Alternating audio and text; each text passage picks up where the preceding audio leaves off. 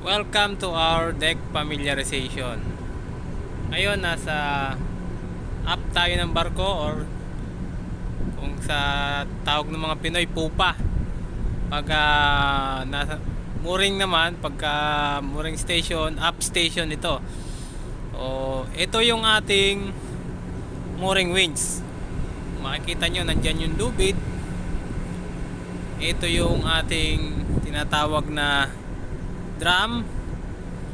Ito yung gypsy head or tambor.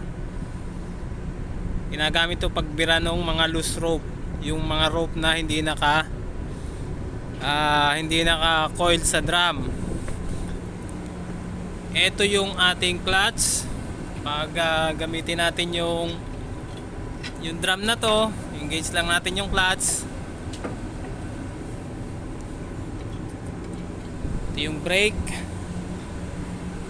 Ito yung brake natin. Ito yung split drum. Kung makikita nyo, mas maliit siya rito sa pinaka main drum nya. Itong split drum, meron ito para hindi maipit yung lubid natin kapag katisado na yung lubid.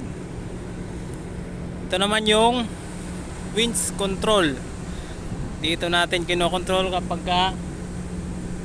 birahin yung lubid or i-slack. Ito naman yung ating pedestal pair lead. So dito pa dadaanan yung lubid para siya ay dumiretso dito sa ating roller pair lead. Itong dalawang ito, roller pair lead yan. Okay.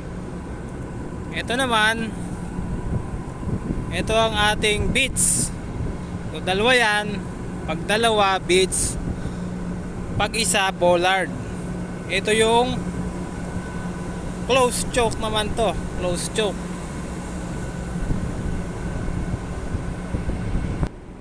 Ito yung sinasabi ko kanina, pagka isa lang, so ito ay bollard.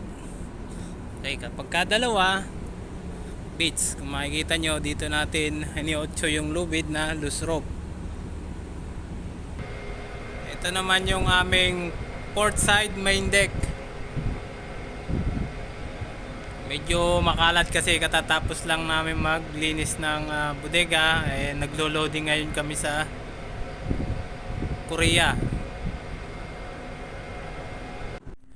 Ito naman yung forward station. Forward station, meron din tayong mooring winch para sa headlines. Okay, ito yung ating anchor windlass, anchor chain. Ito yung chain stopper. Ito yung hose pipe. Diyan dumadaan yung angkla. Ano pa bang meron? So meron din itong beads, roller choke. Okay. Ito yung aming headlines. Medyo slack siya ngayon kasi pa low tide. Okay, yan ang aming headlines.